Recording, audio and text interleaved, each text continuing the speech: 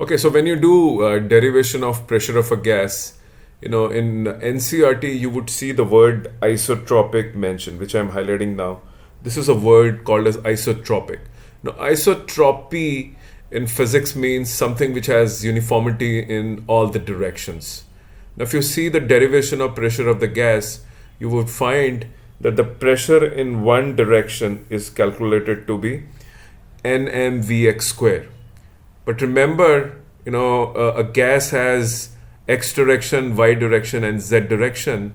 So the assumption is that it exhibits isotropy, which means the pressure because of Vy and Vz is also same.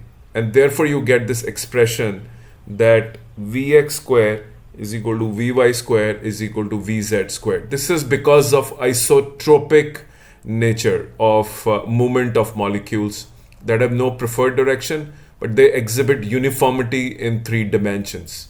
So you get this expression. This is used in the derivation of pressure of a gas in kinetic theory of gases. Thank you very much.